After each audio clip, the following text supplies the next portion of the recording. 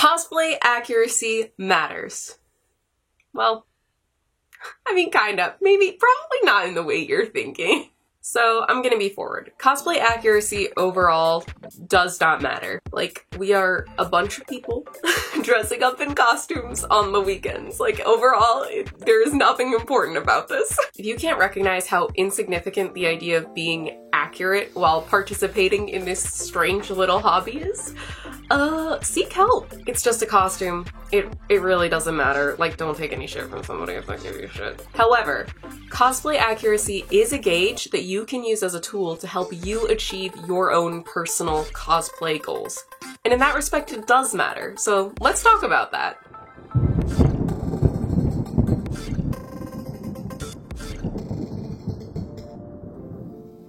Hey folks, my name is Mad Dog and I run this little cosplay YouTube channel called Telekinetic Maniac. Here on this channel I make a variety of cosplay related content, from work logs and guides and tutorials to convention vlogs and cosplay community discussions.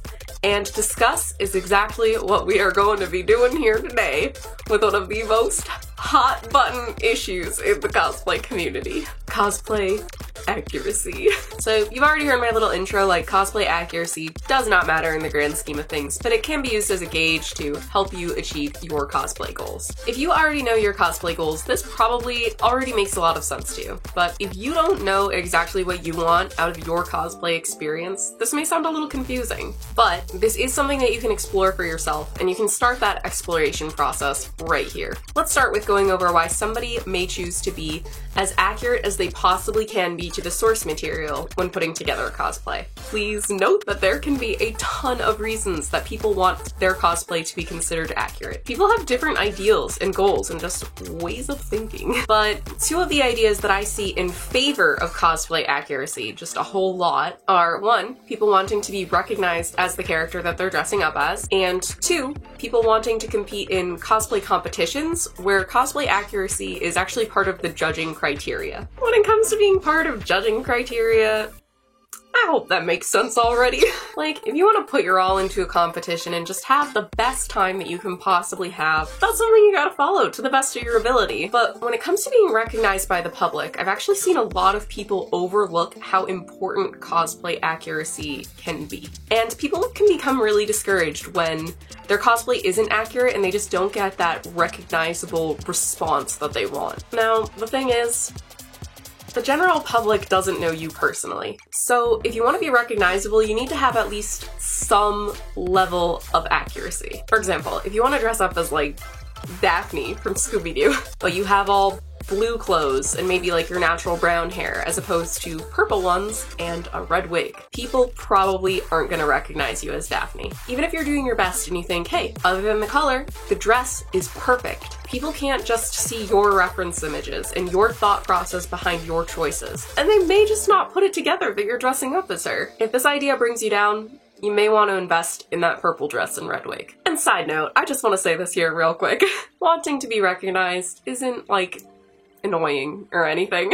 When you make or wear a piece of art, you don't necessarily do that just for yourself. You do it because you want other people to experience and enjoy it in the same way that you do. And there is nothing wrong with wanting to do just that. It's honestly really getting to me how many people feel ashamed of this for some reason. Like, they sheepishly admit that they want to be recognized for their costume and want somebody to come up and take a picture with them. And there really is just nothing to be ashamed of. Like, please be assured there is nothing wrong with that. So go forth, attain this goal of yours, just ham it up.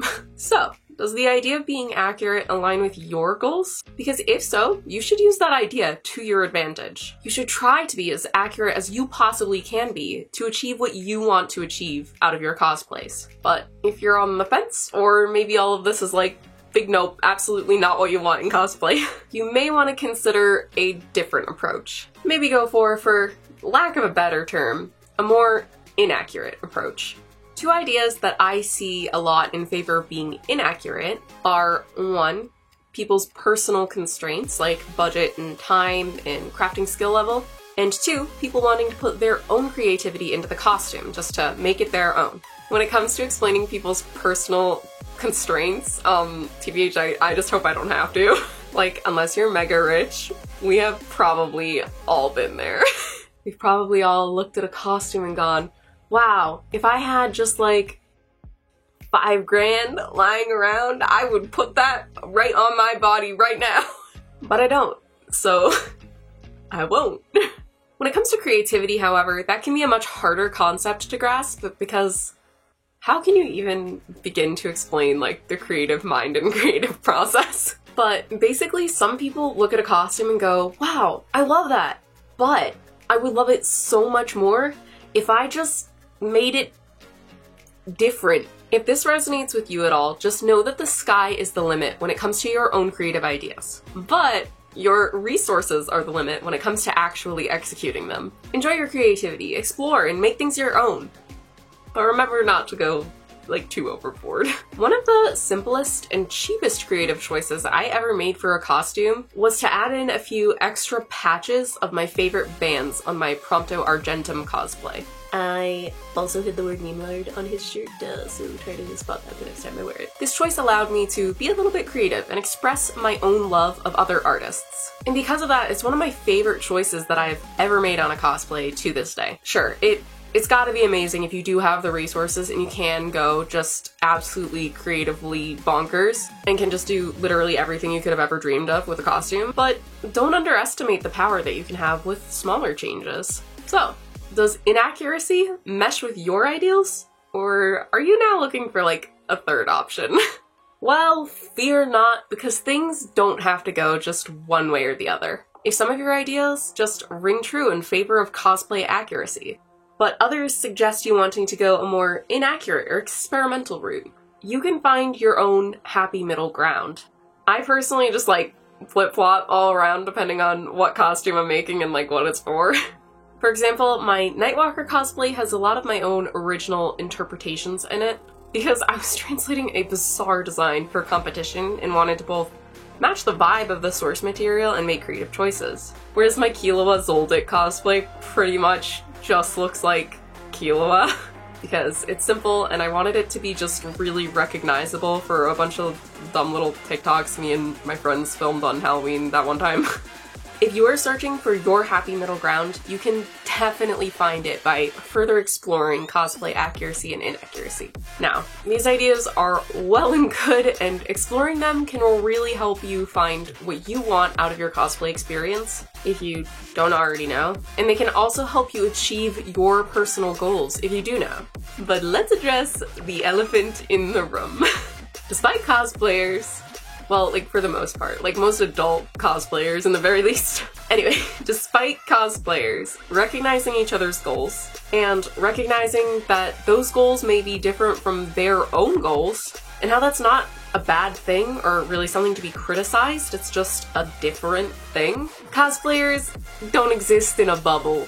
And a lot of people who consume the art form that is cosplay, whether it be through attending conventions or just seeing it on social media, a lot of people don't respect this. Now, this may or may not be because of their own sheer ignorance. Like, people who aren't cosplayers may genuinely be overlooking these ideas because they aren't cosplayers and they have not come face to face with them. If all someone knows about dressing up as like Halloween and theme parks, they may be under the impression that everyone's goal is to be as accurate as possible. So if anyone ever says something sus to you about like cosplay accuracy, I would highly recommend assuming that this is the case.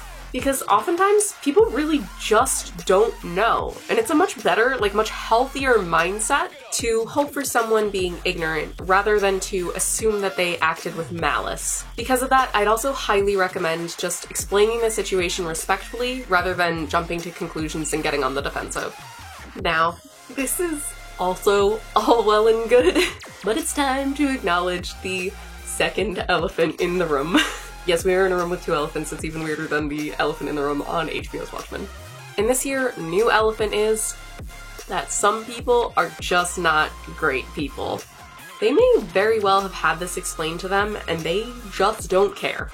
They may feel entitled to the idea that everyone should behave and make and wear costumes how they personally want, and take it as an affront when we as cosplayers don't necessarily do that. This is not even to mention that some people are so asinine that they can't even discern that cosplayers' actual bodies are not part of the costume that you can like put on and take off.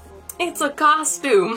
Your physical features do not have to match the character's physical features to wear that outfit. We are dressing up. We're not changing our whole essence. So anyone can do this, no matter what they look like. Physical features like height and weight and race and able-bodiedness, all that stuff does not need to be changed to wear a cosplay. You know, some people may opt to make some bodily changes to achieve their personal goals, like we've been talking about. Like, some folks may wear a binder or shapewear to change the way that their body sits in the costume a little bit. And of course, so many cosplayers wear makeup to add to the overall facade, but people's bodies are not inherently part of the costume. If people criticize your body acting like it's part of the costume, when people already have no right to just criticize your costume in general, like it's your cosplay goals, not theirs, theirs don't matter, you don't deserve that, and you do not have to take that shit from them. On a related note, there are things that are not acceptable to change for cosplay. This should really be common knowledge at this point, but just to be perfectly clear, especially so that nobody misconstrues my last point on optional changes and therefore doesn't get my own stance on this, let's give an example. Race face has a long global history of being racist. It's not acceptable to do race face when cosplaying because it's just not acceptable to do race face ever. It's racist. If you see someone doing blackface or taping their eyes back to look Asian or just any type of race face, they are racist and should not be tolerated. Not in this community, not in any community. And this goes the other way around too. Like, if somebody is telling you to do these things to make your cosplay better, they are a racist. Human races are not a part of a costume that can be worn for a little while and then taken off and discarded. Fantasy races? Yeah, you know, you can paint yourself like green or blue or pink or whatever. To be fair, there's actually kind of a loaded history there too, like a lot to unpack there as well, but this is not the video for that. Like, human race, human skin holds a lot of history in the world that we live in, and it's not to be treated like a costume. So do not take racist shit like this, racist shit masquerading as cosplay accuracy, don't take that from anyone. And don't let other people put up with this shit alone. Please support your fellow cosplayers in fighting against racism wherever you can. Like I said, this should be common knowledge. It's 2022, almost 2023. It is not like this has not been talked about. But just for reference, I put some links in the description if you want some more information about this subject. And there you have it, folks! Cosplay accuracy does matter. I mean, it doesn't matter in the grand scheme of things, and people really shouldn't care if your cosplay specifically is accurate or inaccurate, but it is a gauge that you can use as a tool to help you achieve your own personal cosplay goals. So take advantage of that. That's it from me for this week, folks, but if you want to see more cosplay content, do check out the other videos on this channel, and especially check out last week's video where I discussed the power of paint in cosplay, and also gave away my secret brain dead trick for making your weathering better, taking it to the next level. Sure did just give that away. Like, listen, it may not be as infamous as my take a power strip to your hotel room for convention trips tip, but I have a feeling it really should be, so like, go check that the heck out.